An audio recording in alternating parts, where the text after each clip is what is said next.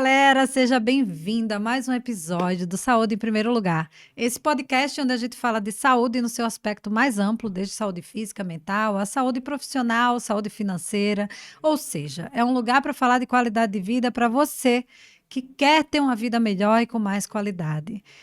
E hoje, aliás, antes de começar a assistir esse episódio, já vai lá, se inscreve no canal, já manda para quem você quiser mandar, ajuda a amiguinha aqui a manter esse canal no ar, trazendo sempre mais informação com responsabilidade, com informação de verdade. E hoje, gente, hoje eu consegui trazer mais uma carioca aqui. Tem uma galera vindo do Rio para cá para gravar podcast. E eu tô me sentindo. Eu trouxe ela, Mari Holanda, minha amiga querida, que a gente se conheceu aí do Carnaval, do Batuque, mas que tanto tempo se passou e a gente se reencontrou e eu descobri que ela virou celebridade. E vou trazer aqui um assunto, a gente vai dar umas risadas, mesmo com um assunto um pouquinho pesado, vamos falar de saúde mental, de burnout. Eu vou fazer uma introduçãozinha rápida aqui, aquela introdução mais formal de quem é a Mari, e depois eu passo o microfone para ela. Mas, Mari, desde já quero te agradecer por você ter vindo aqui privilegiar o meu podcast, disponibilizar o seu tempo, que é o que a gente tem de mais precioso hoje, para vir bater esse papo aqui com a gente. Eu que agradeço.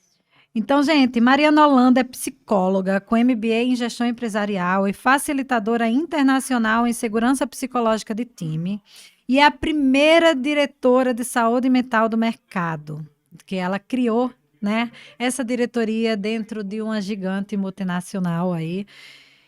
E Mari, de novo, seja muito bem-vinda.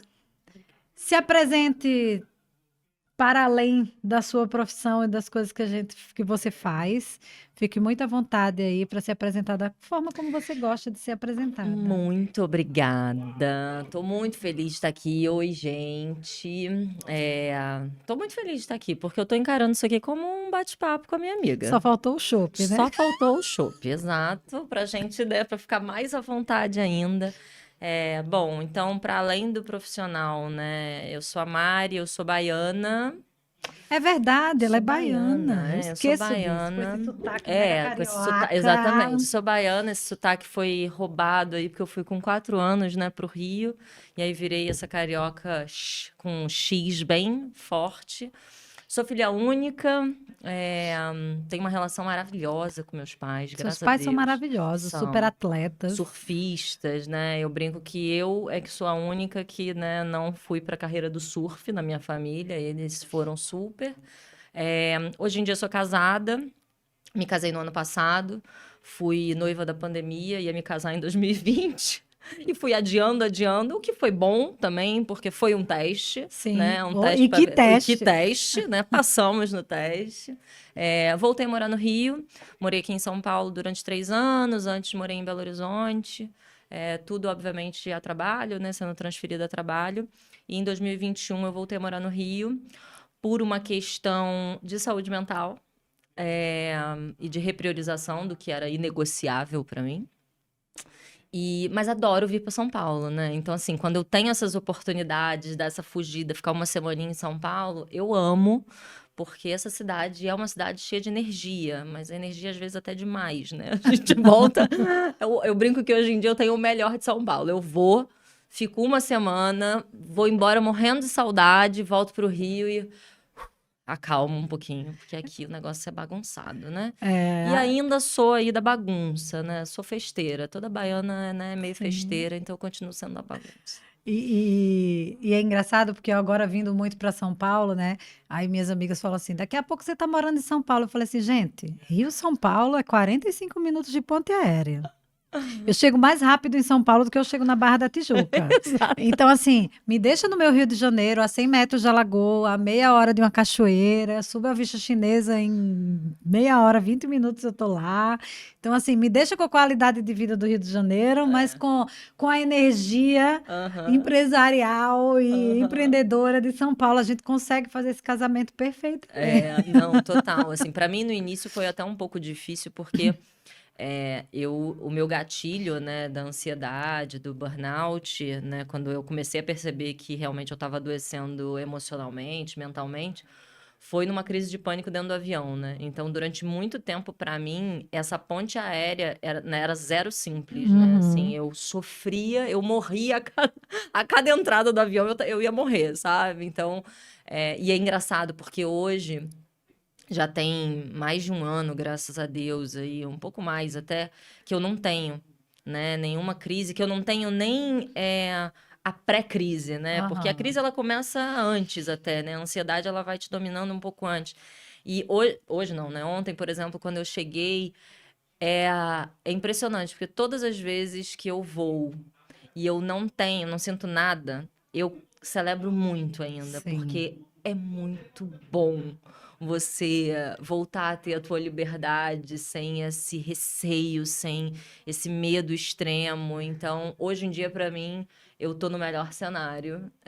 Na época em que a crise estava, né, braba, eu confesso que para mim era muito difícil ter que ficar fazendo ponte aérea. Até por isso, eu fiquei muito tempo sem ir ao Rio, assim, eu ficava meses sem ir ao Rio. No início do meu relacionamento com meu marido, eu também, eu falei muito isso para ele, eu falei, ó, foi bem no início do nosso relacionamento que eu comecei a apresentar as crises de ansiedade.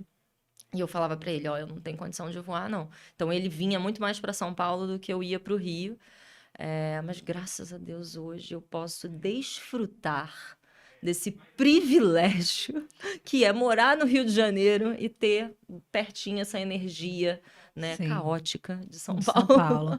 Mário, você já entrou num assunto que eu sempre falo. E, gente, eu vou sempre abrir, eu já decidi que eu vou sempre abrir o podcast dessa forma. Que é o seguinte: a grande maioria das pessoas que passaram nessa cadeira até hoje, né? Eu tô, sei lá, já nem sei mais quantos episódios eu gravei, mas a maioria das pessoas hoje trabalham com algo que de alguma forma transformou a vida delas. Né? Eu conheço tua história, vim conhecer a sua história há pouco tempo, né? Não vivenciei o seu burnout, né? Poderia estar mais perto, É e isso verdade. é que a gente às vezes esquece essas conexões que são importantes, né? Sim. Inclusive, eu falei isso para uma amiga que também está passando por um desafio de saúde mental brabo. Eu falei para ela, cara, a gente está distante, mas eu tô aqui, né?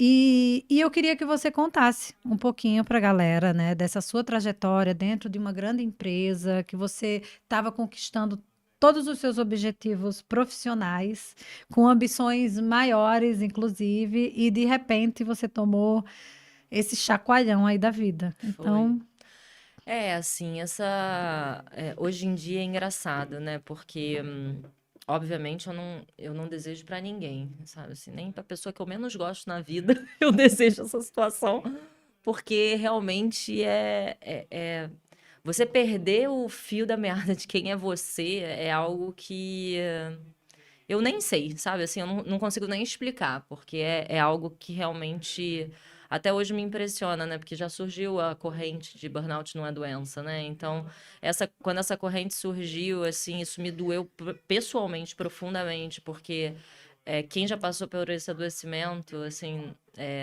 sabe o quanto que você fica destruída, né? Assim, a pessoa ela fica completamente fragmentada. E essa é uma doença, né? Essa é uma condição que não é que você acorda assim, né? Assim, vai dormir bem e acordou assim. Na verdade, eu brinco que é quase que uma plantinha, você vai regando o teu sim, burnout, né? mas é. Só que você não vai percebendo isso, justamente porque você tá na roda do hamster, né? Eu era mais um hamster nessa roda. É, Fui muito feliz na minha carreira, isso eu não posso, assim, não posso negar. Realmente a minha carreira foi uma carreira muito bacana, uma carreira exponencial, uma carreira que eu realmente alcancei objetivos cedo, né, em termos de referencial de idade.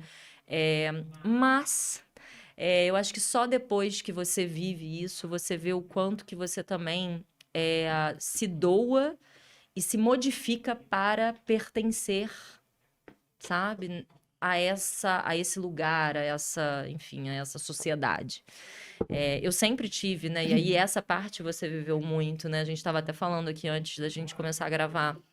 É, eu sempre tive essa veia do trabalho, né? Eu sempre fui a pessoa da festa, do batuque, né? Meio rootzeira, mas eu sempre gostei, né? Sempre valorizei muito natureza, essas coisas, mas eu sempre tive uma veia de trabalho forte dentro de mim.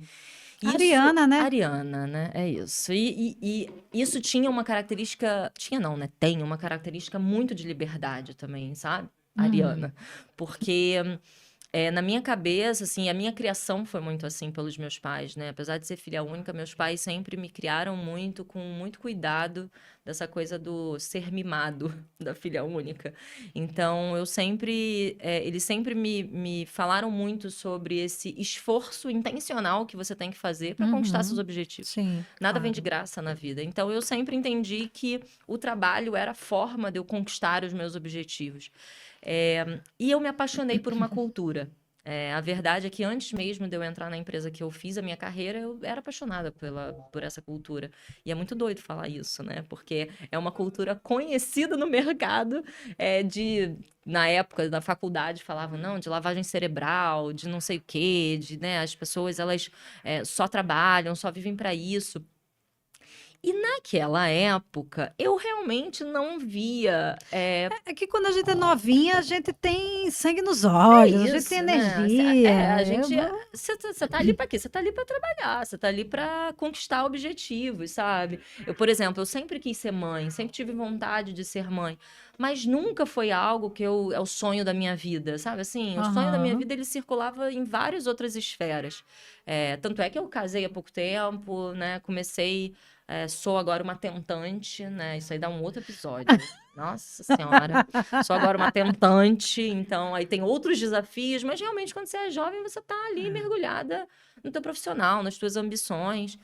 E quando eu entrei, né, na empresa que eu trabalhei, eu vi uma cultura que me dava muita oportunidade de fazer, sabe? Assim, que não me prendia. Eu lembro muito de uma frase que eu falei na minha entrevista, quando eu entrei como estagiária na empresa. Porque na empresa eu entrei como estagiária e depois de 4 meses eu fui efetivada.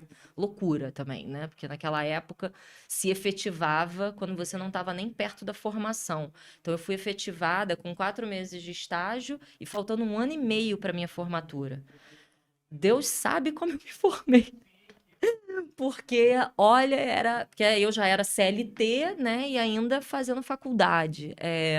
E quando eu entrei, eu lembro muito dessa frase que eu falei, que a empresa, ela me dava corda. O que eu ia fazer com essa corda dependia de mim, sabe? E eu amava essa. Me enforcou na corda com vontade. Ai, que tristeza, mas é verdade. É mentira, mas é Que verdade. bom que a gente tá rindo disso agora, Exato, né? exatamente.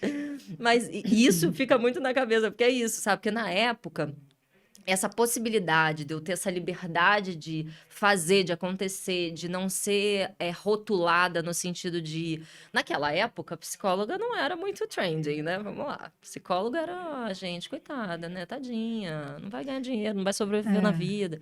Então, não tinha muito esse rótulo, sabe? Era tipo, cara, a gente vai deixar você criar o teu espaço aqui. E realmente isso foi feito.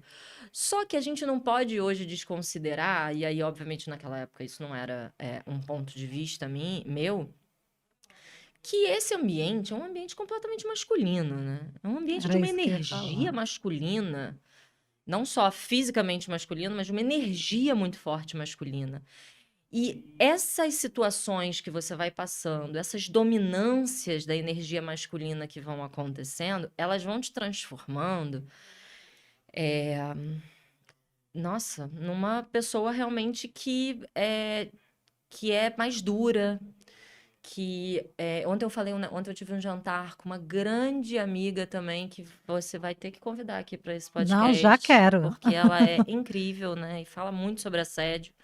E a gente estava falando sobre isso, assim, o quanto que hoje em dia eu olho para algumas situações e eu vejo a quantidade de coisa que eu tive que passar, que eu tive que me transformar para conseguir sobreviver naquele ambiente, sabe? Porque para eu não sofrer, por exemplo, assédio, né? Qualquer pessoa bonitinha, qualquer pessoa gracinha sofre algum tipo de constrangimento. Quanto mais no ambiente onde eu vivia, que era um ambiente muito masculino. Então, eu me transformei muito, sabe? Eu era aquela pessoa que entrava dura, sabe, assim, e saía mais dura ainda. E, na essência, eu não sou essa pessoa.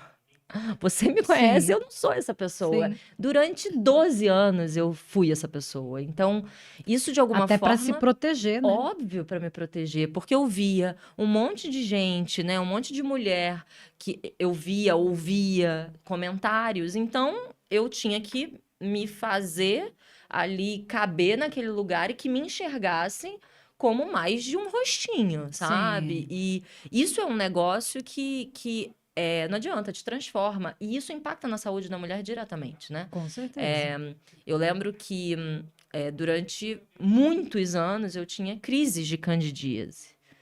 Mensalmente eu tinha candidíase. E aí a gente tentava tratar a candidíase, né? Não o estresse que a candidíase. Exatamente, eu nem sabe assim, pra mim não, eu nem observava por esse ângulo, sabe? Eu observava como algum problema, alguma situação que estava acontecendo ali, ginecológica, mas eu não tinha essa conexão desse fundo emocional. Então, eu mesma, Manu, eu não me via tão conectada à saúde e à psicologia, sabe? Porque eu tava querendo crescer, eu tava querendo abrir espaço. E a verdade é que quando você olha, se ainda hoje você olha para cima e vê pouquíssimas mulheres, pensa 10 anos atrás, há Era isso 12 que eu ia anos falar. atrás, Você né? estava tendo um espaço que a grande maior parte é um espaço masculino, né? É um espaço Sim. predominantemente masculino, E eu ainda queria hoje. chegar. Eu queria muito chegar, sabe? Assim, eu tinha e tenho muita ambição. Só que hoje a ambição ela é um pouco mais desconstruída, né? Porque naquela época era uma ambição, não, eu quero chegar a vice-presidente, eu quero chegar a cargo de diretoria, eu quero virar sócia dessa empresa. Então, é isso, né? Eu setei uma meta e só fui para frente sem olhar para trás e para o lado. E aí, obviamente, isso tem consequências, né? Sim. Então, e na realidade, assim, eu acho que quando eu cheguei aqui em São Paulo, né? Quando eu vim trabalhar em São Paulo, isso foi em 2018, eu vim trabalhar no corporativo, né? Então, eu estava no ponto mais alto da minha carreira dentro do Brasil, digamos assim. Eu estava trabalhando no lugar onde tinham as grandes mentes brilhantes, né? Todo o C-level daquela empresa, que é uma empresa gigantesca e exemplo para muita coisa também, né? Para muita cultura. Então, quando eu cheguei aqui, eu tinha uma expectativa de encontrar pessoas incríveis, sabe? Assim, de aprender muito, assim, de crescer profissionalmente demais. E, obviamente, eu encontrei pessoas incríveis, eu encontrei muito crescimento profissional técnico. E aí, e não à toa, a minha crise de ansiedade começou a acontecer em 2018, que foi quando realmente eu comecei a perceber e aí que alguma coisa estava errada, mas eu achava até então que também era uma crise de ansiedade, algo pontual. E aquela crise não passava, os sintomas iam aumentando, as coisas iam ficando maiores, até que em 2019 eu fui diagnosticada com burnout, não aceitei. Antes de você, só uma Uhum. interrupção aqui. Eu ouvi você falando, né, que a sua primeira crise foi no voo, né? Você começou aqui falando pra gente.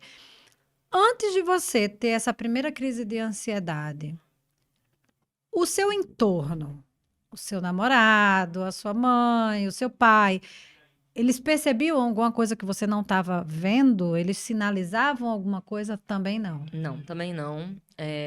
Na verdade, assim, meus pais, eu já estava fora de casa há mais de 5 anos, morando fora, não só de casa, mas do estado, né? Então, eu já estava Uhum. distante.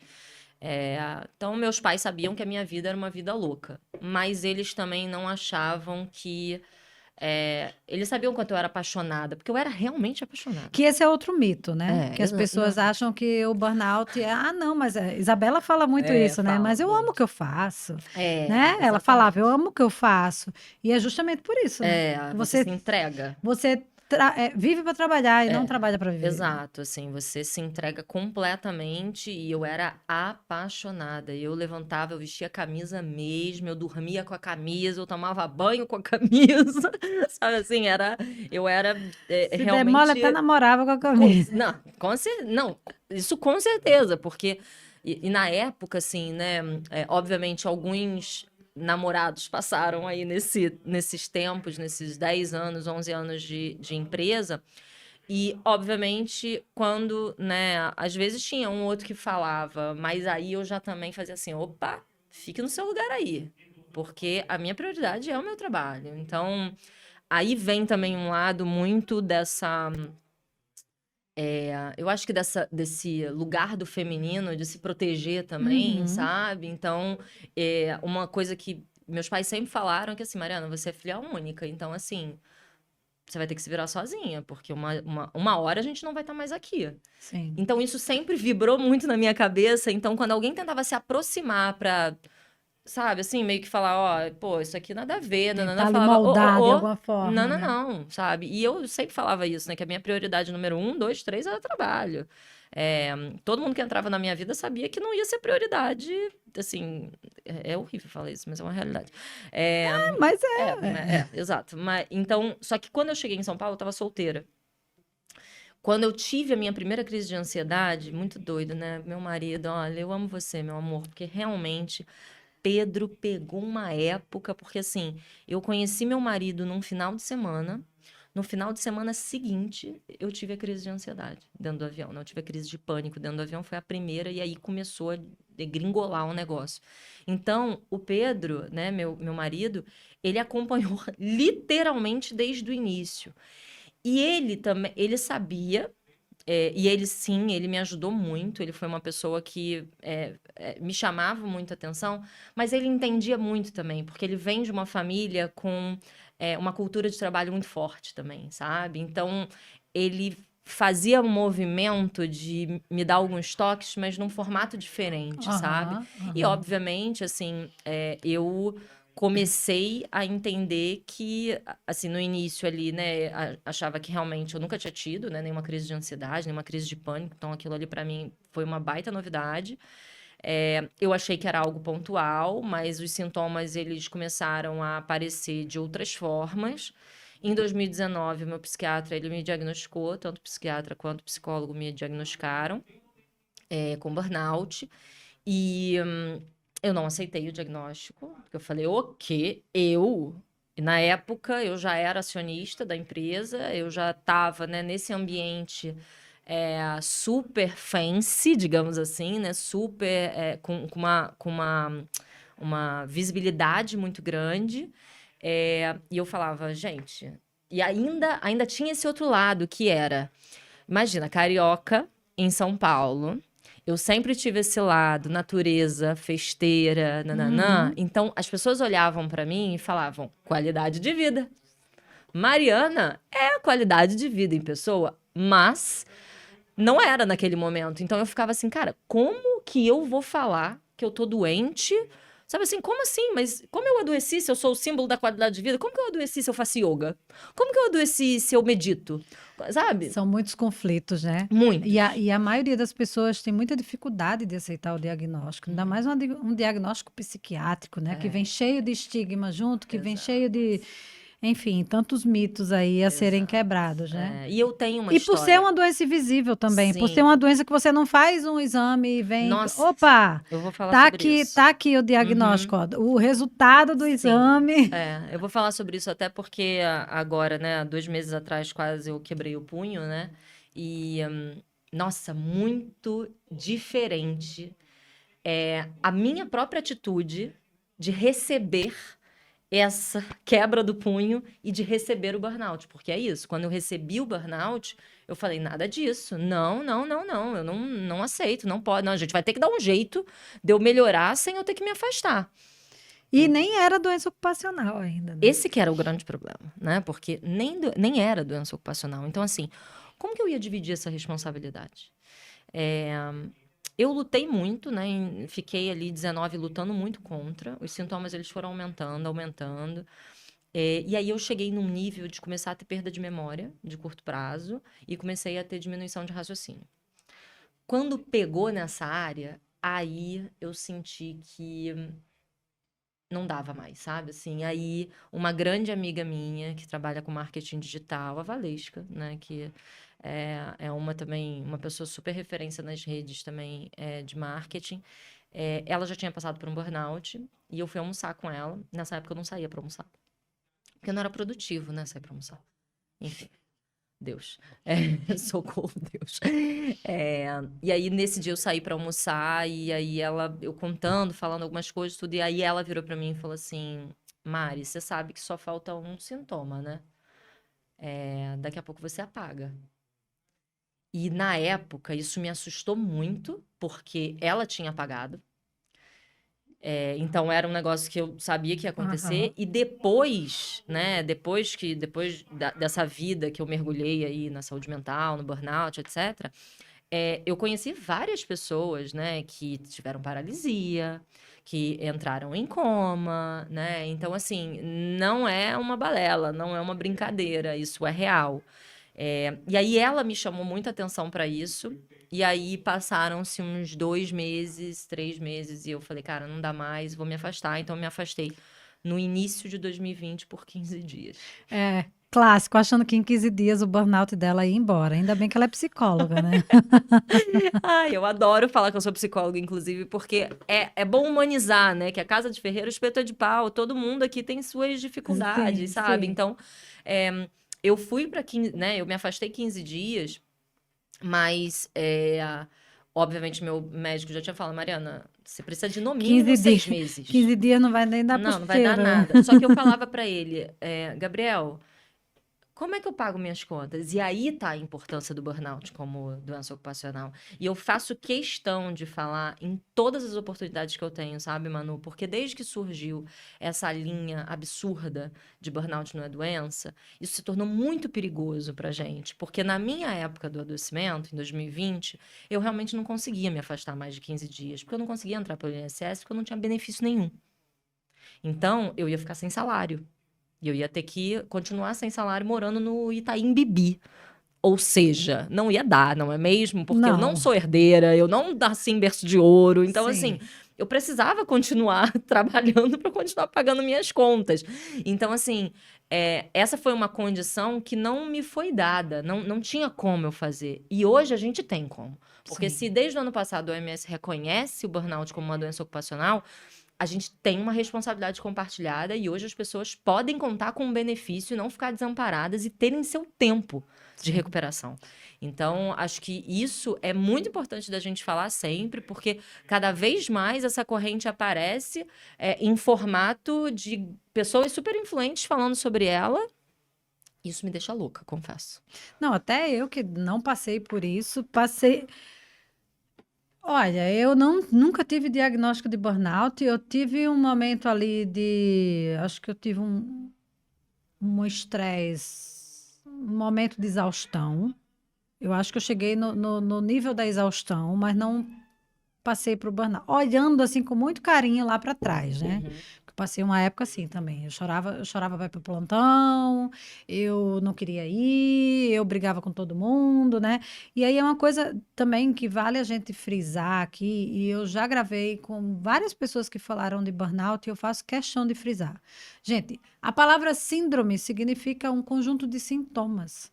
Né? Então, não é uma coisa que dá o diagnóstico de burnout, né? São um conjunto de sintomas que dá o diagnóstico de burnout. E aí, isso até eu culpo um pouquinho a medicina, porque a medicina ela dividiu a gente em partes, Sim. né? Então, você está com uma dor no estômago, você vai no gastro. Você está tendo uma dor de cabeça crônica, você vai no neurologista.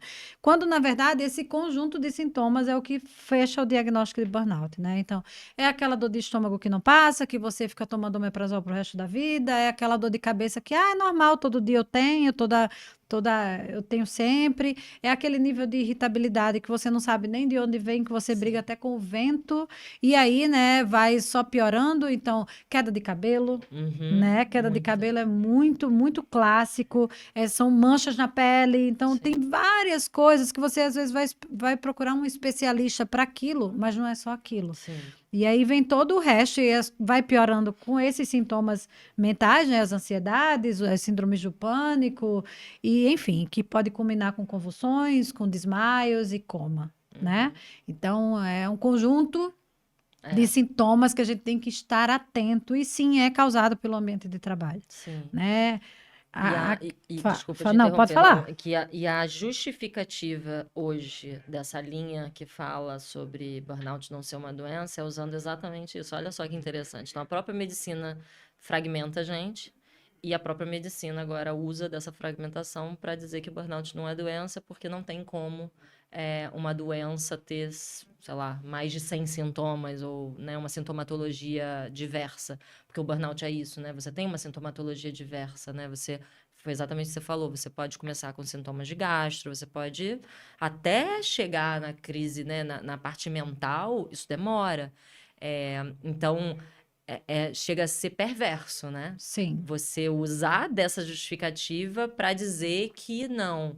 E aí, assim, aproveitando que eu tô falando disso, sinceramente, eu gosto sempre de questionar a quem se beneficia esse tipo de teoria, sabe? Porque certamente não é a pessoa, né? Quem é que está se beneficiando em falar que o burnout não é uma doença ocupacional? Mas eu fico pensando também, é muito louco, porque eu acho que é paradoxo atrás de paradoxo, tá? Eu peguei um estudo que é, inclusive, de antes da pandemia, feito por uma instituição, que, né, não precisamos falar nomes, mas essa instituição, ela triou sintomas de burnout dentro da equipe. Né? Vamos ver como esse público, profissionais de saúde. Uhum. E antes da pandemia já se mostrava que eu não vou lembrar os números agora, mas grande parte desses profissionais tinham algum sintoma de burnout. E não só isso, mas o quanto isso impactava na quantidade de erros médicos, na quantidade de baixa produtividade, porque sim, gente, dentro dos hospitais existem metas para profissionais de saúde atingirem. Então, né? Então, pensem nisso também. Quando você vai numa emergência, talvez você seja internado sem necessidade, porque o médico precisa bater meta. Nossa, sim. Talvez você tenha a indicação de ser internado na enfermaria, mas você vai ser internado no CTI porque aquele médico precisa bater meta. É verdade, isso é real e eu tenho mensagem de WhatsApp, inclusive, mostrando isso. É Nossa. muito triste. Exato. Então, isso tudo mostrava também o impacto financeiro dentro da instituição, porque um erro médico é dinheiro para a instituição, um erro médico é dinheiro não só para corrigir o erro médico, mas para uma judicialização daquilo, né? A baixa produtividade também impacta no financeiro. Então, ao mesmo tempo que eu vejo que uma empresa está querendo dizer, né? Se a gente pensar no mundo corporativo, que a empresa está querendo dizer que burnout não é doença, para aquilo não afetar, não causar o afastamento e ele ter que arcar com aquilo, mas de alguma forma ele vai arcar, porque Sim. ele vai arcar nas consequências do que um funcionário adoecido vai trazer para ele. Ou até mesmo se ele optar a demitir esse funcionário. Porque a demissão Principalmente. também impacta no bolso da empresa. Sim. Então, o que eu vejo que não tem para onde correr. Sim. É que eu acho que tem a visão, né? E aí é uma visão muito mecanicista, né? A visão organizacional. E aí eu vou até extrapolar, sabe, Manu? Eu acho que é uma visão mecanicista, a visão que a gente tem de trabalho, né? Porque as nossas grandes influências de trabalho foi Revolução Industrial, foram duas grandes potências que são Estados Unidos e Japão. E aí, olha só que interessante, né? No Japão, é o lugar onde foi criado o primeiro termo para relacionar suicídio a trabalho, né? Que é karoshi. E não é de agora. Karoshi existe há mais de 20 Eu não anos, sabe? conhecia Assim, esse termo. Karoshi é o nome que eles dão para pessoas para a situação que acontece de suicídio dentro de trabalho, porque isso começou a existir de forma recorrente no Japão. E que a gente está vendo acontecer bastante no Brasil. Né? Exatamente. Então, assim, não é de agora, sabe? Aí, quando eu ouço, assim, a galera fala, não, é que a pandemia...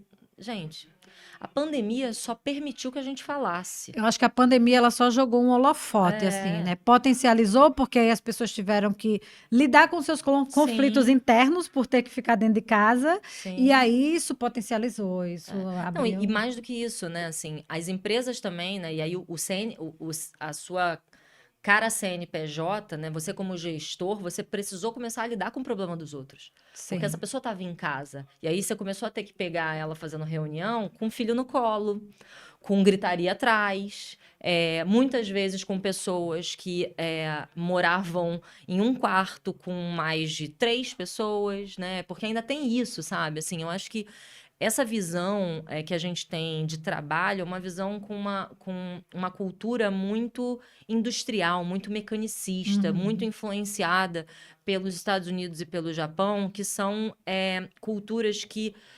objetificam muito, né? Então, eu acho que essa situação é uma situação muito mais profunda e complexa, sabe? Do que a gente imagina e de como a gente quer resolver. Porque hoje em dia, qual é a atitude de uma empresa que de repente não quer lidar com isso? Ela vai lá e demite o funcionário. Ela vai ter custo, mas aquele funcionário é só mais um para ela, né? Então, eu acho que a grande transformação, ela vai realmente existir quando a gente começar a entender que atrás de todo CNPJ tem um CPF, Sim. sabe? Porque eu lembro Ou vários muito, CPFs, e né? muitos CPF. Eu lembro muito que, assim, em várias situações da empresa que eu trabalhava, eu, sei lá, falava alguma coisa, não, mas é porque a companhia não acha que isso é bom, porque a companhia...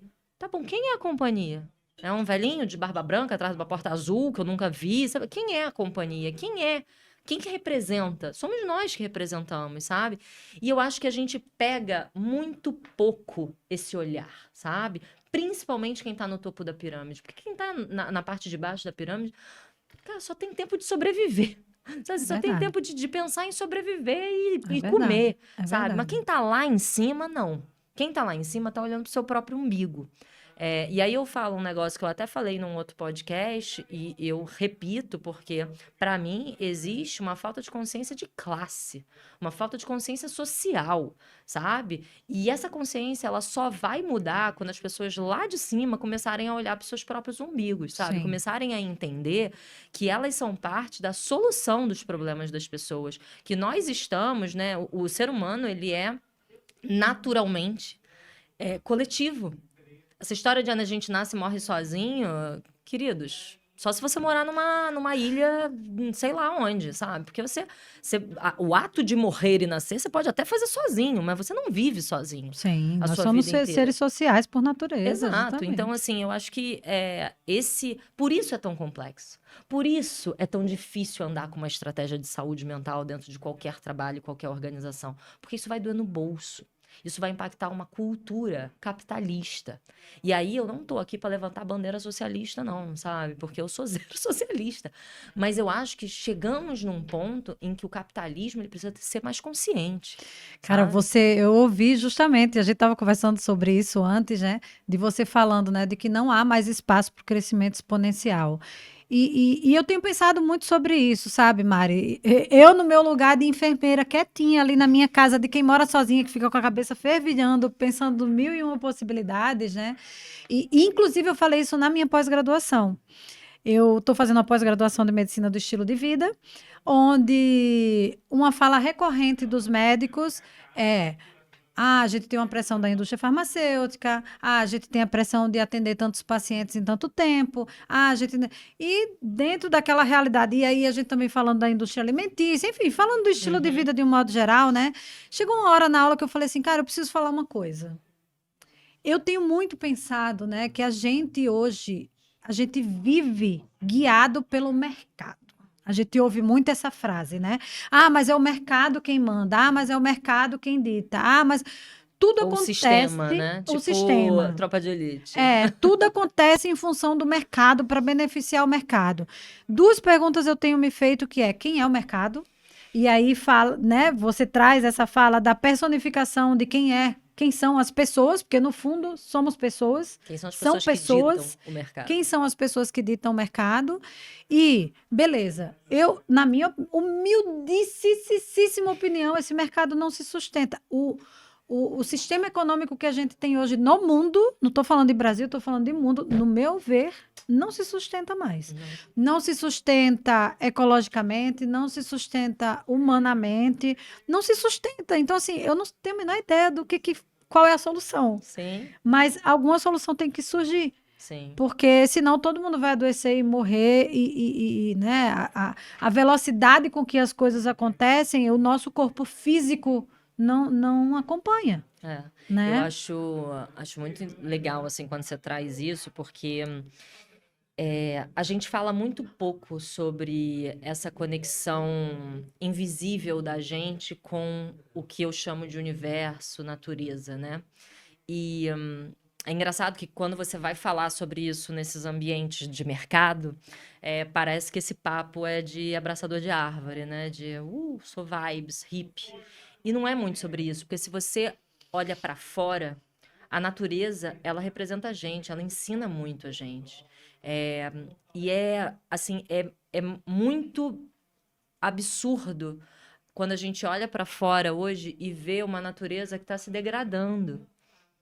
E aí, agora, né, de uns tempos para cá, a gente tem dado um pouco mais atenção para a humanidade que está se degradando através da doença, né? Através das doenças, principalmente emocionais e mentais, que já eram doenças prevalentes antes, né, da pandemia, de afastamentos muito grandes. O Brasil é o país mais ansioso do mundo muito antes da Exato. pandemia, Muito né? antes da pandemia, a gente já tinha uma prevalência, né, de afastamentos por doenças relativas à saúde mental, só que isso não era contabilizado, e eu acho que é muito importante, eu sempre gosto de falar isso, que a ausência de dado também é um dado. Ausência de evidência não significa evidência de Exatamente. ausência. Exatamente. E é um negócio assim que eu acho que a gente precisa aprofundar um pouco mais a nossa conexão com o mundo, sabe? Porque definitivamente para mim as soluções, elas passam pelo coletivo, não tem como. Sim. E aí não é todo mundo dar as mãos, se abraçar e fazer uma ritualística, uma dança, sabe? Não é sobre isso. Mas é a gente entender como que os negócios agora, eles podem sobreviver de forma colaborativa. Sim. Né? E aí é a diferença do crescimento exponencial para o crescimento orgânico, né? Não tem mais espaço mesmo para um crescimento exponencial. A gente já exauriu os recursos, né? A gente exaure recurso não só externo, como a gente está exaurindo o nosso recurso interno, que é esse músculo que fica aqui dentro, né? Sim. Então, só que é isso, para você começar a fazer essa mudança, isso precisa começar em você. Isso precisa começar dentro de você, para que você consiga amparar e puxar, sabe, as pessoas e dar espaço para as pessoas terem esse valor reconfigurado, sabe? E é muito louco, né? Porque assim, eu ontem estava conversando com uma pessoa, enfim, que estava participando de uma startup de meditação, né? E aí eu vi uma propaganda, mandei para essa pessoa, ela falou, putz, que legal, tal, mas eu acabei saindo. E aí ele virou para mim e falou assim, é complicado, né, Mari? Quando a gente começa a trabalhar de frente, na linha de frente com saúde mental, a gente deixa de sustentar alguns comportamentos que a gente sabe que não fazem bem. E fica realmente insustentável. É a história de quando você vê, não tem como desver. Não tem como desver, exatamente. Sabe? Então, assim, não adianta, no momento em que você absorve que você quer ter, que você sabe que você merece e precisa ter uma qualidade de vida para que você sobreviva de forma sustentável, não adianta, você não aceita mais algumas coisas, sabe? Sim. E hoje em dia, ontem até me perguntaram, Mari, mas você voltaria para o mercado? Eu não acho que eu saí do mercado, eu tô no mercado. Tá Porque eu tô no super. mercado de uma forma diferente, Sim. sabe? Mas enquanto eu puder estar no mercado nesse formato diferente, eu estarei. Porque depois de 12 anos vivenciando o mercado né, de forma CLT, isso para mim foi algo que me adoeceu profundamente e que eu quero tentar ajudar de uma outra forma, mas ao mesmo tempo me protegendo. E aí eu ouço de algumas pessoas, putz, Mari, mas imagina se todo mundo sair. Não vai. Todo mundo não vai, sabe? Exatamente. Não são todas as pessoas que têm condição. Sim. E aí eu acho que tem uma questão de honra também, sabe? Porque no momento em que eu descubro, em que eu realizo que eu preciso ter equilíbrio na minha vida para sobreviver bem, honrar isso é realmente respeitar os meus limites, sabe? E dar a possibilidade de outras pessoas exercerem os seus limites. Sim, né? com certeza. Então, e eu acho que isso a gente tem que tomar muito cuidado, nós que trabalhamos com saúde, porque a gente entra num looping de querer ajudar, de, nossa, não, peraí, que tem um monte de gente falando besteira aqui, então eu preciso falar, eu preciso trazer conteúdo bom, eu preciso... E muitas vezes você acaba adoecendo Sim, querendo promover a saúde. sim. E eu percebi isso há pouquíssimo tempo também, sabe? Porque é muito fácil você cair na Matrix, mesmo não estando em Super, empresa, sabe? super. E isso é bom você falar, Mari, porque é uma coisa que me guia hoje, sabe? Lá atrás, quando nem se falava muito em saúde mental, quando nem lá em 2013, quando eu decidi que eu só queria ter um único emprego porque eu prezava por qualidade de vida, né? E realmente eu senti, eu falei, não, cara, eu quero ter o meu horário para ir correr, eu quero ir correr no horário que vão me chamar de herdeira, mesmo sem eu ser, que vão dizer que funcionário público mama na teta do governo, mesmo sem eu mamar, mas eu quero ter a liberdade de fazer o meu horário, de ter minha qualidade de vida. E, e, e eu falei, cara, e eu sou uma pessoa que eu prego muito por congruência. Né? Eu falo de qualidade de vida. E é um chicotezinho que eu carrego comigo que às vezes pesa, Sim. né? A gente tava conversando ali, eu falei, cara, eu tô desde o final de semana igual uma louca, vim pra pós, voltei, dei plantão, voltei, gravei podcast, não sei o quê. Mas hoje eu tenho uma coisa que me guia, que é o seguinte: eu falo e repito que a minha vida não é corrida. Eu tenho momentos de correria. Então, eu estou numa semana corrida, sim, está corrido, e eu tenho total noção disso, né? É uma semana que eu faço menos atividade física, é uma semana Sim. que eu como uma coisa errada aqui, outra ali, mas essa não é a minha rotina. Sim, você não vive assim. Eu não vivo assim, Uhum. né? Eu vou voltar para o Rio, mês de novembro. Eu até falei, cara, mês de novembro é um mês que eu tô mais sossegada, que Eu eu vou não tirar vou, férias também, não. que eu não vou viajar. Não, nem tô de férias, mas eu até mudei a minha forma de trabalho, que Sim. antes eu ia fazer mais dias de plantão. Hoje eu reduzi a metade com uma carga horária, a mesma carga horária, só que ao invés de fazer plantões de 12 horas, eu vou fazer de 24. Então, ao invés de fazer 10 de 12, eu vou fazer 5 de 24, que para minha vida hoje é muito melhor.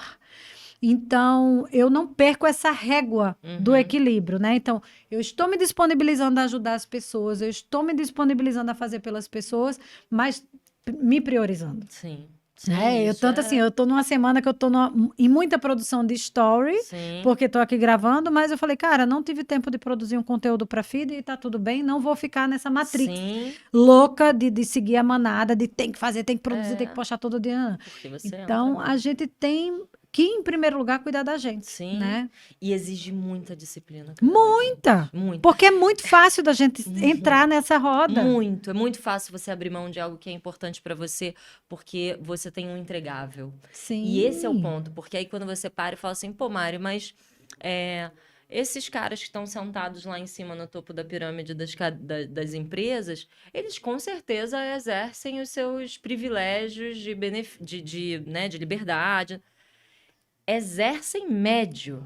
Porque essas pessoas, elas estão completamente desconectadas de si mesmo. Elas podem viajar e passar 5 dias nas Bahamas.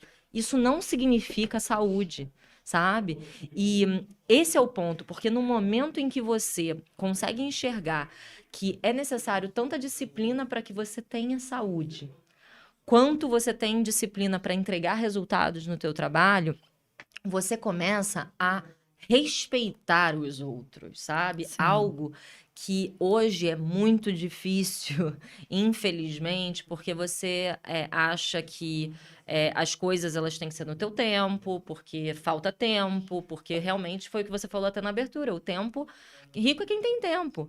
Só que a gente ainda não percebeu isso totalmente, Sim. porque ainda tem a maioria da população, o mercado ou o sistema, que funciona através de riqueza atrelada a dinheiro, Sim. sabe? Tempo é dinheiro. Tempo é dinheiro. Pois é, mas foi esse ditado que ferrou com a gente. Foi esse ditado que fez a gente chegar nesse lugar. E aí isso, quando você para e lê Sociedade do Cansaço, por exemplo, você entende uma história sobre isso, sabe? E eu sou uma pessoa que, para mim, é muito importante ter parâmetros, sabe? Assim, eu gosto de entender como é que eu cheguei até aqui, como é que... eu não sou louca, eu não burnoutei porque eu sou maluca, sabe? Você não é o problema, eu não né? sou Você o é problema. parte de um problema muito Exatamente, muito maior. maior, sabe? Então, é muito importante que a gente também se aproprie desse problema, porque eu costumo falar, e é realmente que eu acredito, que quando a gente se apropria do problema, a gente também resolve ser agente de transformação. Sim, E com só quem tem certeza. condição de ser agente de transformação é quem tem privilégio. Não dá para ser agente de transformação sendo, sabe, sendo diarista. Desculpa, não dá para ser agente de transformação sendo entregador, sabe? Não dá para Não ser. dá, Não são verdade. essas pessoas. E isso me revolta, porque você vê muitas iniciativas dentro de organização, privadas principalmente, em que você quer fazer com que as pessoas elas tomem esse lugar de responsabilidade de agente de transformação, mas sem recurso. Então, assim, como assim? Se você investe dinheiro numa campanha de marketing porque isso é importante para o teu resultado financeiro, cara, qual a dificuldade de você entender que você vai precisar investir dinheiro para você desenvolver uma pessoa? Essa é a minha pergunta também, porque a gente estava até conversando naquele dia que você foi dar a palestra no Rio Innovation, né? Uhum. Que eu gosto muito, sou virginiana, né? Como toda virginiana, detalhista, metódica, que gosta de ter dados. Eu amo dados. E eu estava lendo um estudo que foi feito nos Estados Unidos, onde eles mostram que a cada dólar investido em programas de saúde e qualidade de vida do funcionário, do colaborador, né? Porque eu tenho pavor dessa palavra, né? Enfim, mas esse é assunto até para outro podcast. A cada dólar investido, a empresa retorna outros 4 dólares em lucro. Mas talvez eu fico pensando assim, eu de fora, né? Eu dei algumas palestras, mas nunca dei palestra em grandes corporações. Mas eu de fora e de uma bolha no qual eu me encontro, de que eu vejo você, vejo a Ana Paula, vejo a Isabela, né? Vejo a galera mais influente aí dando palestras e levando essa conscientização para dentro de grandes corporações. Você mesmo, com a criação da diretoria de saúde mental, né? Dentro de uma gigante. Eu fico pensando assim, cara, que bom que as empresas ainda estão começando a olhar para isso de fato. Sim. Mas eu me pego numa outra coisa que é o seguinte, cara, a palestra é bacana, Uhum. é maneiríssimo, porque se você está dando uma palestra para 1.000 pessoas, onde 2 pessoas pescam aquilo e levam para a vida pessoal dela, você já está transformando de alguma forma. Sim. Mas e depois? Sim. Né? E aí eu quero entrar num assunto que a gente até falou pelo WhatsApp, que a gente hoje entende que burnout é uma doença ocupacional, no qual a empresa tem a responsabilidade da parte dela. Mas um dia eu ouvi de uma líder a seguinte frase, Ai, medo. que eu te falei, não, eu já falei para você isso, que foi assim, ela falou assim, eu quero te levar lá, e nunca me levou, e eu tenho certeza, eu sei por que ela não me levou, porque a minha fala vai de encontro com a cultura da empresa. Mas ela falou o seguinte: os colaboradores acham que a empresa tem que fazer tudo por eles. E eu comecei a olhar para essa fala, né? Porque eu fico tentando, eu ouço também meus amigos que têm empresa, né? E óbvio que tem empresas de todos os tamanhos, a gente sabe que as pequenas e médias sofrem muito mais com tudo isso. As grandes, né? Que deveriam dar exemplo. E eu olho assim, ó, hoje, me corrija se eu estiver errada, tá?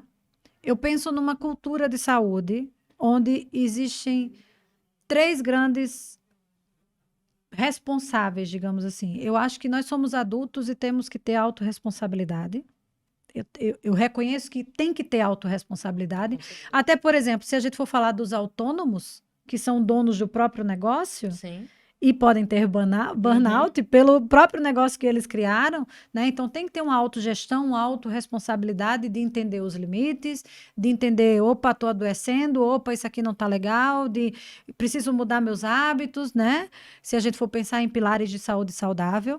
A gente tem a empresa, a responsabilidade das empresas, como gente, ninguém quer trabalhar num ambiente doente, Sim. adoecido, onde tem pessoas doentes, onde, né, ninguém quer. Né? Como a empresa é responsável por promover um ambiente saudável, de trabalho e, obviamente, o governo como, né, que com criação de leis, com criação de políticas públicas de fomento à saúde e à qualidade de vida.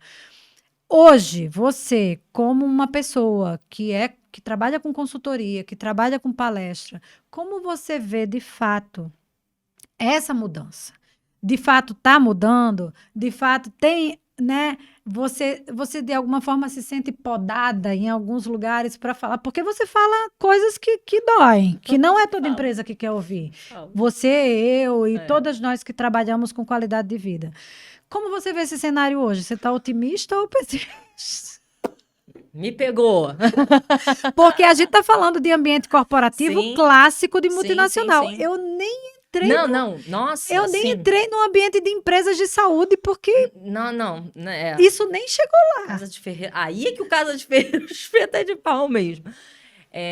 Ó, eu não vou te dizer que eu sou pessimista e nem otimista. Eu sou realista. Assim, eu acho que qual é a minha opinião e a minha vivência?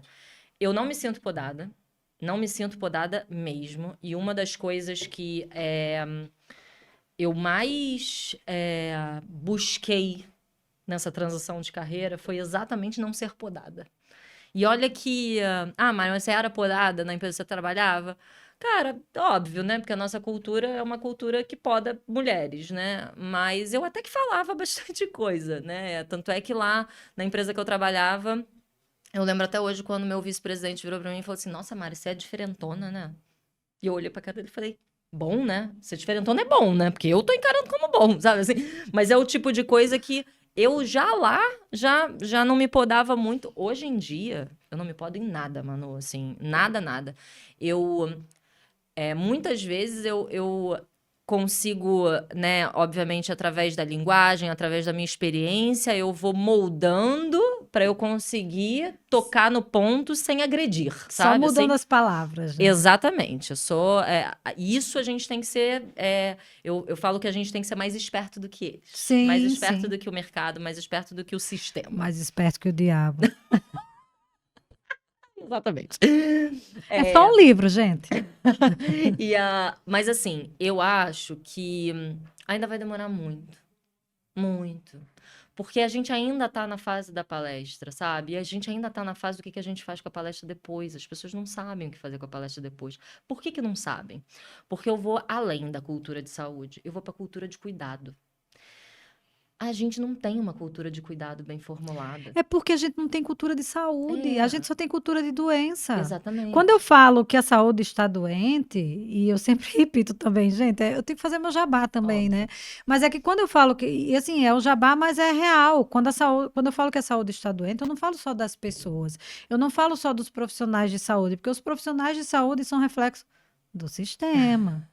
Né? O nosso sistema ele é voltado para a doença. Sim, A gente tem plano de saúde voltado para a doença. é verdade. Né? A gente não tem plano de saúde para cuidar da saúde, até para tratar de forma Sim. saudável. Né? É proativa, né? Você, na verdade, para você fazer um exame, tu tem que estar doente para você ir no médico para ele Exato, conseguir te passar um tirando exame. os preventivos clássicos de Sim, mulher, aham. né? Não tem, então é toda uma cultura voltada para a doença. Então, até quando você pensa dentro de uma corporação, faz aquele exame periódico. Sim. Que exame periódico nada mais é do que exame de sangue. É exame de sangue, medir pressão, Às medir vezes não sei o nem que isso, lá. né? Às vezes nem isso, Não. né? Então, assim, não é o olhar para o Não, funcionário, não. para o colaborador. É. Entendeu? É o olhar para bater uma obrigação. Porque tempo é dinheiro. Tempo é dinheiro, né? Então, eu acho que existe uma grande barreira, né, nessa cultura que a gente vive, que é realmente de responsabilidade. E aí, quando essa líder fala para você que o colaborador ou funcionário quer que a empresa faça tudo para ele, chega a ser engraçado, né? Porque, assim, vamos lá, numa sociedade como a nossa, tá? Num país como o nosso, que a gente tem a maioria da população em situação de pobreza, como que você não vai querer que aquela empresa gigante te dê algum amparo de alguma coisa, sabe? Então, eu acho esse discurso muito bonitinho para quem tá sabe assim, da gerência para cima, para quem tá sentadinho na cadeira de privilégio. E aí é que é o problema, porque quando você senta nessa cadeira de líder, você fala assim, opa, sentei aqui na cadeira de líder. Agora eu posso tudo. Agora eu posso tudo. Só que, na verdade, mais do que poder tudo, você tem muito mais responsabilidade. E quando você tem essa responsabilidade, o problema está exatamente aí, porque a gente não exerce a nossa responsabilidade como líder, que é realmente de melhorar a vida para a maior parte das pessoas. Não é sobre você. Não é sobre você ter chegado lá e sentado na sua cadeira, parabéns, você é incrível. Mas não é sobre você. Quando você vira líder, é sobre as pessoas, sabe? E sempre vai ser, independente do negócio, não é só em RH. Sim. Sabe? Quando você vira líder de RH. Não. Quando você vira líder, ponto. Porque você vai precisar das pessoas para que você entregue algum resultado. Você vai ter que olhar para o individual para ter um resultado coletivo. Exatamente. E aí, né? qual é o problema? Na nossa cultura, que aí a gente volta um pouco. Numa cultura onde a gente tem botão para apertar, bem mecanicista, bem industrial, cara, a gente quer resolver apertando um botão. A gente não quer resolver mudando estruturalmente as coisas, porque mudar estruturalmente vai doer no bolso. Muita gente vai ter que abrir mão de resultado a curto prazo para ter resultado a longo prazo. E aí, de novo, tempo é dinheiro. Né? Você não abre mão do curto prazo, sabe? E esse é o grande problema, porque foi assim que a gente adoeceu, né? É assim que a gente adoece a cada dia. É nessa visão curto-prazista de, não, peraí, que eu tenho... É o hoje. Eu tenho hoje aqui, então eu preciso entregar esse negócio aqui. E isso é um negócio que eu acho que vai demorar ainda muito para acontecer.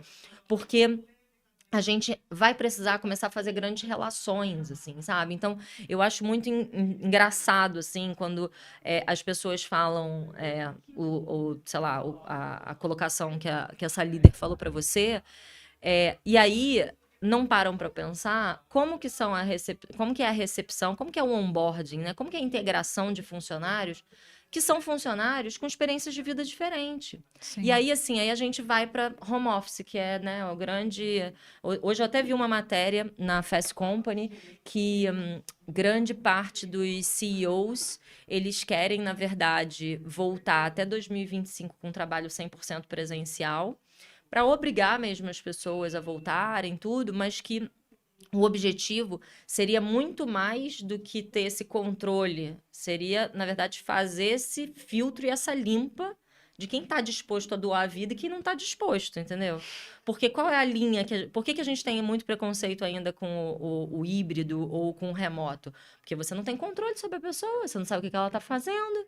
Sabe se ela tá trabalhando, se ela tá no sofá vendo Sessão da Tarde, nem sei se existe. E aí você não Sessão da pode Tarde. nivelar, porque aí tem aquela desculpa, né? Ah, mas tinha um funcionário que enrola. Ah, mas tinha um funcionário que não dá conta.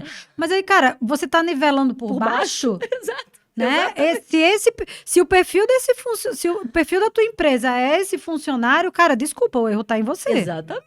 Né? É exatamente Porque a gente isso. parte do princípio de que isso é a minoria. Exatamente. Que vai aparecer. Sim. Naturalmente. Naturalmente. Espontaneamente. Óbvio. Né? E é um negócio que é engraçado, né? Porque aí, sei lá, quando você vai fazer algumas discussões igual a essa do remoto, aí você ouve um monte de gestor falando, não, porque tem que abrir a câmera, porque não sei o quê, porque como é que não vai abrir a câmera, como é que vem aqui, veio aqui pra reunião, saiu muda e sem câmera e a gente não sabe se tá fazendo ou não.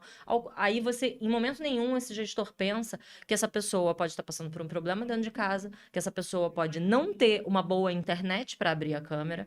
Afinal de contas, a maioria da população não tem, né, uma boa internet para abrir a câmera.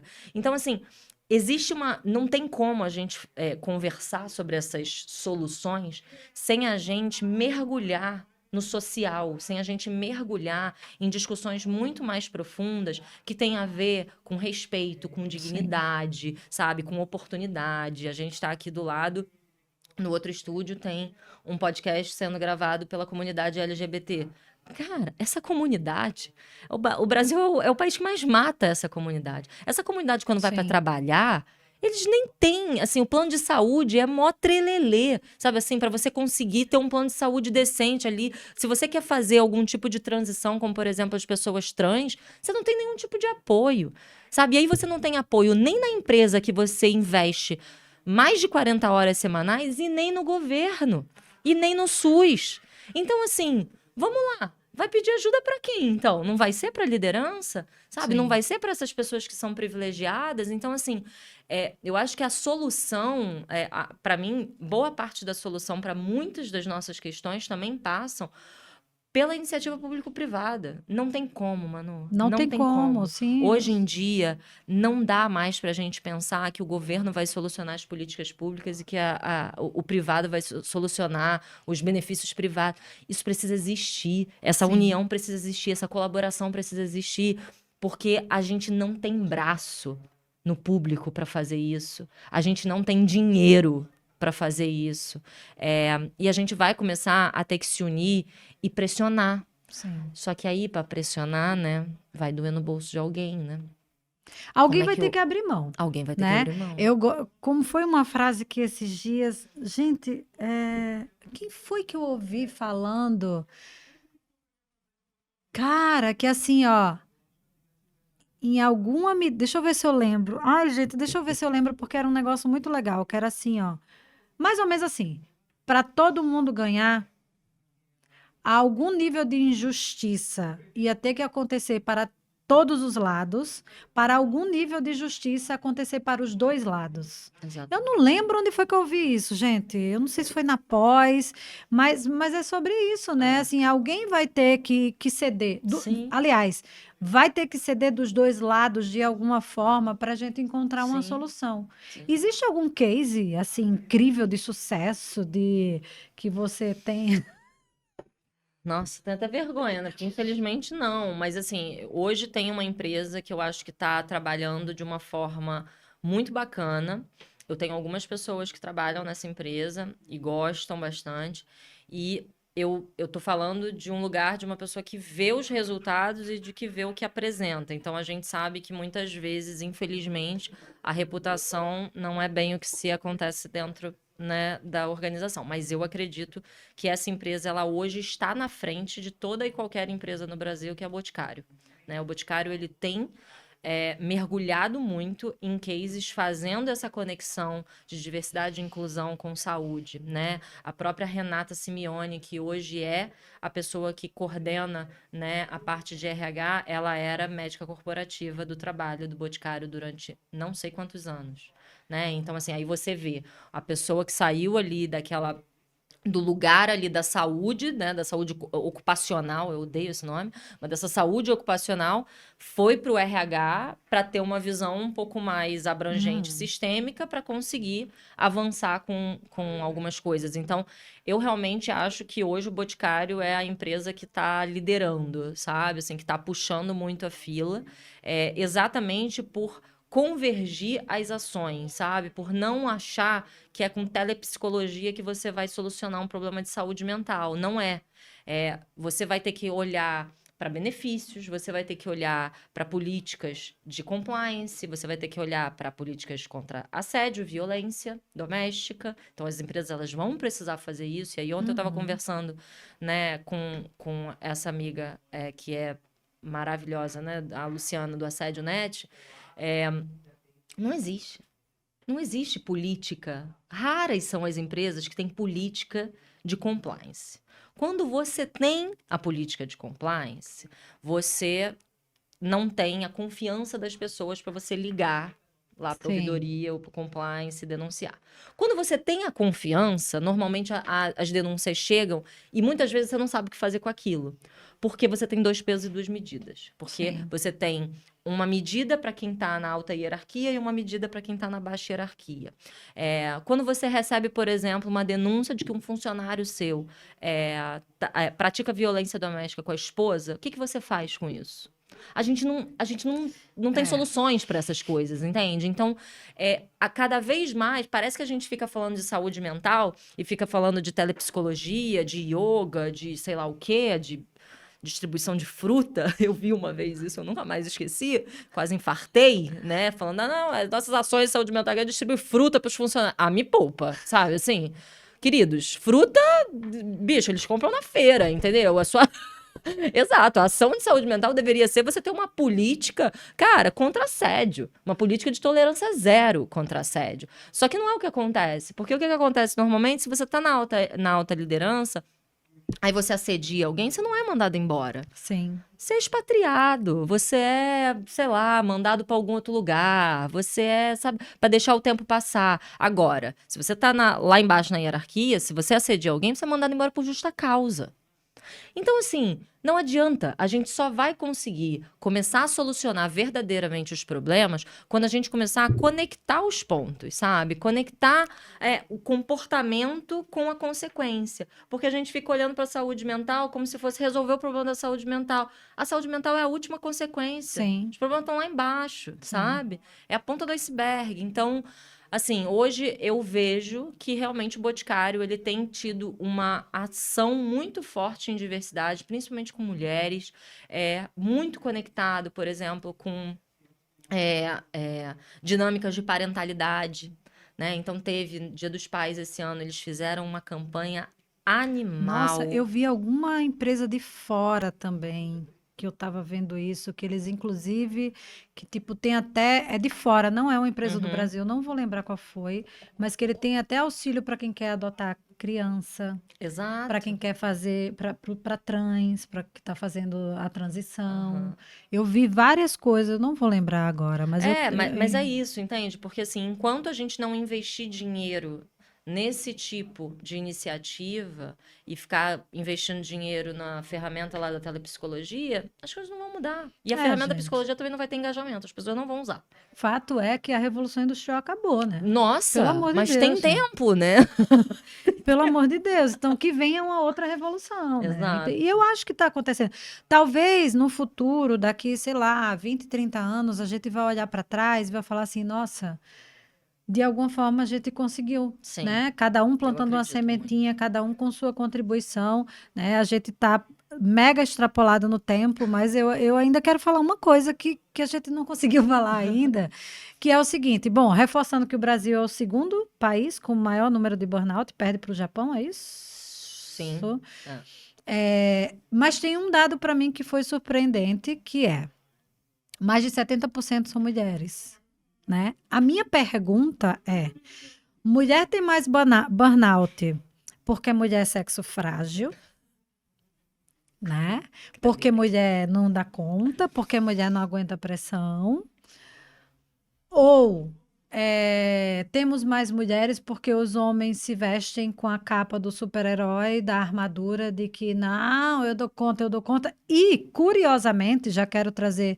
É óbvio que isso é um dado da Manuela, mas de todas as pessoas que eu conheci que passaram por burnout, as duas pessoas que eu conheço que entraram em coma foram homens. Né? Por quê? Porque as mulheres param antes, porque elas se dão conta antes de que tem algo de errado. Não à toa, os homens também sofrem a pior consequência do adoecimento mais do que mulheres. 4 vezes mais. Exato. Então, discorra sobre isso. Nossa. E a gente nem entrou no que não é burnout. Por exemplo, burnout materno. Não é burnout. A gente vai encerrar com esses dois temas aí. E Gabriel, dá teu jeito aí no relógio, porque a gente... Gabriel tá desesperado. Tem alguém que vai gravar aqui depois? 4 horas. Ah, então tá. Desesperado, então, tá. Mas a gente precisa almoçar. A gente precisa almoçar, pelo amor de Deus. Bom, vamos lá. Nossa, sexo frágil, tá? É óbvio que eu provoquei, né, óbvio. gente? Contém ironia, pelo amor de Deus. Assim, né? As mulheres estão cansadas, né, mano? Tá todo mundo cansado, assim. Tipo, e há pouquíssimo tempo saiu uma pesquisa que a Think Eva e a Think Olga fizeram. Na verdade, a Think Olga, né, que é o braço de pesquisa da Think Eva, fez, que é exatamente essa pergunta: por que as mulheres estão exaustas, né? E fazendo todas essas relações. Esse dado e essa pesquisa está disponível online para baixar o relatório para quem quiser, tá? E a Think Olga, as meninas são maravilhosas e sempre trazem dados muito importantes. E a verdade é que a gente está exausta das jornadas, né? A gente está exausta da ausência de cuidado, né? A gente está exausta de sermos as representantes do cuidado. Então, você não só precisa galgar e se transformar numa máquina de entregar resultados no seu trabalho para você poder crescer, e mesmo assim, você ainda tem aquela desconfiança de e se você engravidar? Quem é que vai cuidar dos seus filhos? Então, você, né, você tem essa responsabilidade de liberdade para a mulher, então a gente quer crescer e quer ter as mesmas oportunidades que os homens sempre tiveram. Lindo. Só que quando você sai do trabalho, depois de ter trabalhado de 8 às 8 da noite, você volta para casa, normalmente, se você tem um relacionamento heterossexual principalmente, o homem tá lá sentado vendo TV. E tem roupa para tirar da máquina, tem roupa para tirar do varal, tem comida para fazer, tem lista do mercado para fazer. E existe uma grande, e aí elas falam muito sobre isso na pesquisa, existe uma grande dificuldade da gente colocar valor nos trabalhos invisíveis. Porque aí normalmente a gente ouve, poxa, amor, mas aí é só você ter me pedido. Pedir demanda, Opa, né? Então, assim, hoje é óbvio que as mulheres elas vão adoecer mais, porque a carga é está em maior. cima delas, todas Sim. as cargas. Então, a história da dupla, tripla jornada, ela existe. Por quê? Porque o homem, ele é o provedor, porque ele está cansado, porque ele não pode acordar de madrugada para atender o choro de uma criança, porque ele trabalha de manhã cedo. E ainda te digo mais, tá? Quando as mulheres adoecem, a chance de abandono pelos homens é muito maior do que o Muito contrário. maior. As mulheres não abandonam os Não, teve homens, mas agora, acho que a Preta Gil foi naquela blogueirinha, né? Cara, a Preta Gil falando, sabe assim? E aí, assim, independente, né, das personas em si, mas assim, gente, é real isso, né? É real, assim. E eu sei, por exemplo, que eu tive um grande privilégio de ter o meu marido comigo durante todo o meu processo de adoecimento, sabe? Porque normalmente não é assim. Normalmente, realmente, ó, deixa eu dar minha linha aqui, porque isso aqui tá muito complicado para mim. Então, e aí é realmente impossível a gente achar que as mulheres não vão adoecer mais. Mas, em compensação, eu gosto de chamar a atenção sempre para o índice de suicídio 4 vezes maior de homens com relação à saúde mental. E aí eu sempre indico um documentário que foi feito em 2019 e que ainda é muito atual, que você joga lá no YouTube, vai estar lá, que foi feito pelo Instituto Papo de Homem, que é O Silêncio dos Homens. aliás, gente, esse é um perfil que, Ah, por sim. favor, é obrigatório para qualquer homem que, Esse mesmo, né? masculinidade ponto saudável, projeto desvio, você tem vários perfis que falam sobre esse olhar da masculinidade, né? E como que a gente transforma isso, porque não vai ter como a gente solucionar, né, o problema da nossa cultura de saúde, cultura de cuidado, Sim, sem a convergência de homens e mulheres. Não dá pra gente sim, ficar pensar em brigando um equidade com. em todos os sentidos, Não é né? um contra o outro, entende? A gente precisa de Sim, homens para serem a nossa alavanca, porque são esses homens que continuam sentados lá em cima. Então, é muito importante a gente olhar para esse dado, porque quando a gente vê realmente as consequências, as piores consequências possíveis de um adoecimento, elas são cometidas por homens, né? E aí você traz, né, a tua visão, o teu dado de, por exemplo, as pessoas que você conhece que entraram em coma de um burnout foram homens, porque é isso, não existe limite, sim. sabe? O homem não tem na sua trajetória, né, de crescimento esse olhar para o próprio cuidado, para os próprios limites, sabe? Então, a gente vai continuar tendo mulheres adoecendo mais e gritando mais, e levantando mais a mão, mas isso não significa que homens também não estão adoecendo, muito pelo contrário, e significa que a gente realmente precisa ter uma transformação muito Sim. grande em termos de equidade de gênero, né? Então, acho que esse ponto, assim, para mim. E é engraçado, né? Porque quando eu me afastei, quando eu entreguei meu atestado na empresa que eu trabalhava, eu morri de medo de ser colocada na geladeira. Eu morri de medo de quando eu voltasse, olharem para mim e falassem: ai, a Mari é muito frágil. Ela não dá conta de sentar nessa cadeira. E eu tinha remado tanto. Ou de ser demitida, como Ué, aconteceu com a Isabela, né? exato. Que foi De ser demitida no demitida. dia de que voltou. Então, de ser demitida, eu não fiquei com medo por conta do caso da Isabela. Porque eu li o caso da Isabela na época da, né? A Isabela foi a fonte de inspiração para mim quando eu estava no meu processo de afastamento. E quando eu me afastei, né? E quando eu voltei, eu não tinha medo de ser demitida. Era o único medo que eu não tinha. Sabe por quê? porque eu estava muito apropriada do meu É adoecimento. que você também estava num lugar, né? Num lugar Eu não ali fui a que. primeira, né? A Isabela foi a primeira Não, pessoa sim, pública, né? sim. Mas assim, talvez você estava num lugar ali, num lugar mesmo que tivesse um holofote maior. Sim. Então, se você fosse demitida, Uhum, ia colocar um holofote para um uhum. lugar que não ia ser É bom para a exatamente empresa, isso. É né? exatamente isso. Por isso que eu não tinha medo de ser demitida, porque eu sabia do meu potencial de reputação, de influência, e eu sabia que eles sabiam que eu não ia ter medo de brigar pelos meus direitos. Sendo acionista ou não sendo acionista. Eu sempre deixei isso muito claro, sabe? E aí é engraçado porque Adoro esse sangue ariano. eu acho engraçado porque ontem eu vi um meme, assim, muito triste, mas de alguma forma é um pouco verdade, que o RH, ele não tá ali para defender os funcionários, ele tá ali para defender os interesses da empresa. E eu discordo da minha visão desse meme, porque eu nunca fui assim, sabe assim? Porque aí, isso para mim é uma questão de valor. Eu vestia a camisa da empresa até a página 5. Se daquela página 5 em diante aquilo ali estivesse fazendo mal para o funcionário, eu era a primeira pessoa a levantar a mão e falar, ó, vai ser feliz, sabe assim? Tipo, realmente não é legal, isso aqui não é bacana. Mas não é a maioria, né? Assim, porque Sim. realmente hoje, dentro desses cenários organizacionais, até a área que é para te apoiar. O médico do trabalho é contratado pela empresa. Exato, entendeu? Fica num paradoxo ali, entendeu? Então, assim, eu realmente acredito muito que, cara, a gente ainda vai, né? A gente ainda vai levar bastante tempo para reconhecer esses novos ambientes, esses novos lugares, mas fato é que, assim, eu acho que hoje as mulheres, elas estão no seu limite, elas não estão mais aguentando, sabe, assim, caladas, sabe? E eu acho isso muito importante, porque realmente esse medo, sabe? Esse medo de você ser jogada para escanteio, esse medo de ser colocado na geladeira, todos esses medos, quando a gente toma o poder pra gente, quando a gente entende que a gente também tem poder e influência nesse ecossistema todo, as coisas se modificam, sabe? Sim. E eu falo isso, de novo, de um lugar onde eu estava num lugar de privilégio, em que a gente tem muitas mulheres que chegam e não assumem que estão nesse lugar de privilégio justamente para facilitar. Sim. Facilitar a vinda de outras mulheres, sabe?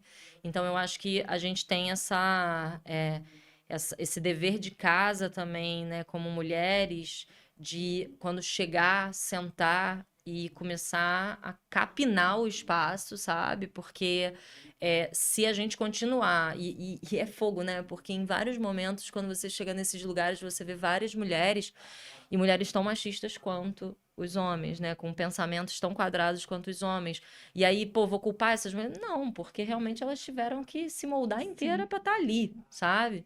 Mas isso é dureza. Então, assim, hoje em dia, quando eu ouço alguma coisa relativa a adoecimento e mulheres, assim, hoje em dia o que não falta são dados, né? Sim. Assim, pra gente E, falar e sobre aí, isso. como a gente está falando de mulher, né? Já vamos emendar no último assunto aqui, porque eu já estou morrendo de fome. Eu também, minha barriga tá roncando. Que é porque assim, né, eu vejo você falando, eu já vi várias pessoas falando, mas até como é aquele programa lá do GNT que eu esqueci o nome? Saia Saia justa. Justa, né? Eles fizeram um programa falando inclusive falando o termo burnout materno, né? Então, pelo amor de Deus, fala para as pessoas que não existe burnout materno e por quê e como seria classificada essa exaustão materna que é, né? Exato, exato. É porque é assim, eu acho que eu lembro que na época que eu comecei a falar sobre isso, eu recebi várias mensagens, assim, de mulheres, mães, falando, Mariana, mas existe sim, né? E eu não estou descaracterizando a exaustão. É óbvio que a Sim, claro que exaustão não. existe. Só que é importante a gente dar nome às coisas de uma forma correta. A linguística é muito importante. E a gente, às vezes, peca um pouco nisso. Por quê? Porque a gente generaliza o termo. Porque burnout, se você faz a tradução, né? O burnout é um termo em inglês. Se você faz a tradução, ela vai para exaustão. Só que o burnout como doença, como fenômeno ocupacional, ele existe exatamente para proteger os nossos direitos dentro do adoecimento ocupacional. Então, não existe o termo burnout materno. Existe exaustão materna, assim como existe a exaustão digital, assim como existe a exaustão por diversos outros fatores. Então, a única, assim, a crítica talvez e o cuidado que eu acho que é importante a gente olhar para essa temática é exatamente para que a gente não banalize a temática. E aí começa a existir um monte de outros burnouts. Que aí enfraquece Enfraquece toda... a causa. E aí você já tem uma linha forte falando que burnout não existe, descaracterizando o burnout. Então, assim, aí começa a existir burnout materno, burnout racial, burnout... Gente, isso tudo, se você olhar de uma forma um pouco mais profunda, são situações clássicas e estruturais que podem ocasionar um burnout. Então, não é que não existe a exaustão racial, existe a exaustão, né, vinda desse Materna. preconceito. Mas só não pode dar não esse nome. a gente só não pode usar esse termo por uma questão estratégica mesmo. Não é porque eu não quero que use, não. Eu não sou dona do termo, não tem nada a ver com isso, sabe? Assim, tipo, eu quero mais é que a gente reconheça que existe, sim, um profundo adoecimento vindo do racismo, um profundo adoecimento vindo da falta de política pública e de apoio, né, de processos à maternidade, mas a gente não dá para usar esse termo, porque senão a gente realmente vai acabar banalizando o termo e fortalecendo uma corrente que tá doida para tirar o burnout de doença e deixar cada um cuidar de si e fazer as empresas voltarem a dar resultado e dinheiro, que é o que elas sabem fazer, né? E Então, foda-se os exatamente. colaboradores. Exatamente. Ai, gente, olha, nossa senhora, ficaria aqui horas, né? Mas é bom que a gente tenha um tema aí guardado para um próximo episódio, que é a gente, falar desse processo todo dentro das empresas de saúde, que deveriam ser de saúde, né? E aí estamos falando da rede privada, né? Que, infelizmente, se existe toda uma preocupação de grandes multinacionais, por um lado, no outro lado aqui, nada está acontecendo, né? Só para encerrar, assim, eu tive um caso, eu trabalho na rede pública, né? Eu tive um caso de suicídio dentro da empresa, ou seja, uma pessoa que tinha questões, né? Tinha vários transtornos psiquiátricos, foi afastada do trabalho porque tinha tentado suicídio dentro do trabalho. Foi afastada, né? Retornou sem ter condição de retornar, né? Mas a perícia mandou ela voltar dentro do serviço público, né? Ela voltou e ela conseguiu o que ela sempre tentou, que foi se matar, né? O suicídio aconteceu, infelizmente por ela nada pôde ser feito mais, né? Por ser num serviço público, a própria chefe ficou de mãos atadas, porque como eu faço se a perícia mandou voltar, né?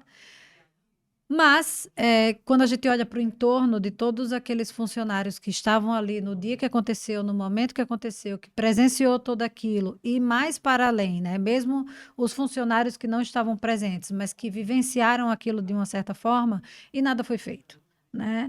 Não teve ninguém da direção, nem da divisão de enfermagem que foi lá, ao menos, perguntar como vocês estão, né? Então, é muito triste a gente olhar para esses temas que estão tão em alta, já falar de burnout, de depressão, enfim, de todos os transtornos mentais, porque a grande verdade é que a gente vive uma pandemia de doenças mentais, né? É a grande pandemia do pós-pandemia, mas que a gente vê, se por um lado a gente fala, bom, sementes estão sendo plantadas, né? E você é uma dessas pessoas que está plantando muito bem isso. E eu tenho o privilégio de chamar de amiga. E eu estou tentando também plantar minha sementinha, né, da qualidade de vida. Mas ainda é muito triste a realidade dentro do setor saúde, se a gente for olhar para o setor saúde, né? Enfim. E INSS é um capítulo à parte de Exato. podcast, porque assim, é terror e pânico. Eu tenho, Exatamente. no grupo que a gente tem, né, da Liga da Justiça aí pelo Burnout, sou eu, Isabela, a Pri, que veio aqui, a Luciana, que tem que vir aqui também. A Carol Milters, maravilhosa, que mora, né, na Holanda. Vira e mexe, a Pri, ela compartilha. Hoje mesmo ela compartilhou um caso, assim, ela compartilha casos de perícia, né? A Ela doutora falou Ana alguns Paula aqui. também. Ela falou alguns aqui. Quando elas compartilham os casos, assim, tipo. Queremos humanizar tantas coisas, É né? difícil demais, Como? sabe? Por isso que em vários momentos, assim, eu acho que faz parte também da nossa conservação de saúde mental e conservação do nosso propósito, a gente filtrar algumas experiências também, Sim. porque senão dá vontade de desistir mesmo, Dá. sabe? Senão você fala, cara, pô, se o INSS, que deveria estar fazendo um trabalho, sabe, para proteger, não tá, quem É que estará se fazendo, a meu gente Deus? olhar, até o médico do INSS está burnoutado, né? Exato. Ele falou, mas eu faço tudo isso aí que você está me trazendo e eu tô aqui. Então é você que é fraco, né? Exatamente. Mas enfim, gente, vamos ter tema para o próximo episódio, com certeza, porque, né, dá para ir por vários caminhos aí. Mari, antes de terminar o episódio, eu sempre faço uma pergunta, que é, o que é qualidade de vida para você? Nossa, qualidade de vida para mim é exercer a minha autenticidade, exercer a minha liberdade, poder ser quem eu sou, impondo os limites, impondo o que é inegociável para mim, sem nenhum prejuízo, sem nenhum julgamento, sem nenhuma consequência. Então, acho que isso é qualidade de vida para mim. Qualidade de vida é a gente poder ser quem a gente e ter a liberdade de ser quem a gente é numa sociedade em que a gente julga, em que a gente coloca dentro de rótulos. Isso para mim é qualidade de vida. Então hoje, graças a Deus, eu tenho uma ótima qualidade de vida. Também morando de frente para aquele marzão. Graças a Deus. Olha, como diz minha mãe, graças ao meu bom pai, porque realmente eu, depois de tudo que eu passei, assim, ter esse privilégio é algo que é isso. Todo dia eu acordo e olho para o privilégio que eu vivo e isso me faz desejar seguir na luta, porque para ajudar outras pessoas. Né? outras pessoas precisam ter qualidade de vida como a gente tem. A verdade é essa. Então, agora, para finalizar, faça aí seu jabá, deixa aí suas redes sociais, onde as pessoas te encontram. Bom, vocês me encontram em Instagram, sou Mariolanda, LinkedIn, Mariana Holanda. Tem meu site também, www.marianaholanda.com.br. E lá tem todas as informações de todos os trabalhos que eu faço, inclusive do meu curso, que está aí para quem quiser. Né? Eu acho que eu fiz esse curso no ano passado sobre sustentabilidade humana, em que a gente aprofunda um pouco mais essas questões da saúde, sabe? De como que a gente chegou até aqui, quais as estratégias que a gente pode começar a dar esse pontapé, né, dentro das empresas. E esse curso não é só para líderes, esse curso é para gente que gosta de gente, para gente que lida com gente, ou seja, todos nós. Então, convido vocês a darem uma olhada. Pro ano que vem teremos novidades. Tô realmente Eu quero saber qual é o momento que a gente vai fazer alguma coisa juntas. Então, tô realmente muito desejando muito, assim, tô gestando muito essa intenção de no ano que vem começar a mergulhar um pouco mais para o público feminino, liderança feminina, sabe? Eu queria realmente trazer, então já tá aí, já tô no meu processo aí de organização do ano que vem, lançar uma mentoria coletiva feminina. E é isso, é só ficar em contato comigo e eu sou responsável pelas minhas redes, então eu respondo as coisas, então convido a vocês aí pra gente se conectar. Obrigada. Então, gente, eu quero agradecer a todos vocês, agradecer a Mari mais uma vez por estar aqui. E para quem ainda não me segue, me seguir lá no Instagram, @ManuRios_, aquele tracinho embaixo, AL. Também tô no LinkedIn, Manuela Rios. Também tô, onde mais? TikTok. Estamos aí em todas as redes. Se vocês jogarem Manu Rios Saúde, vocês me acham, porque tem uma desgraça de um cantor, artista espanhol, que é Manu Rios. Mentira! Então, quando você joga Manu Rios, não sou eu que apareço. Mas, gente, se botar Manu Rios Saúde, vocês vão me encontrar. tá? E se você ainda não se inscreveu no canal, eu não sei o que você está esperando aí, ó. Se inscreve no canal, curte, comenta, compartilha. Vamos difundir saúde, vamos difundir informação. Porque no final das contas, galera, todos nós queremos ter uma vida leve, com qualidade, com liberdade. Viver da forma como a gente quer viver, né? Sem ter que ser moldado por ninguém. É isso. Então, mais uma vez, muito obrigada por todos que assistiram até aqui e até o próximo episódio. Ah, calma aí, esqueci de falar do livro. Eu toda vez esqueço. Gabriel, tem que me lembrar, Gabriel. Meu livro, A Saúde Está Doente, Como Sair da Exaustão para uma Vida com Mais Qualidade, onde eu trago aqui 4 pilares que eu julgo serem pilares ali para você começar a pensar numa vida com mais qualidade. Está disponível no link da minha bio, está disponível aqui na descrição desse vídeo e está disponível nesse QR Code aqui que vai aparecer em algum lugar da sua tela. Então, ajudem Se ajudem, né? vocês me ajudam e se ajudam. né? Ajudam um escritor independente, porque meu livro não está nas grandes livrarias, porque eu não sou de uma grande editora ainda, mas ajuda aí a gente, tá bom? Então, até o próximo episódio. Tchau. Obrigada, Manu.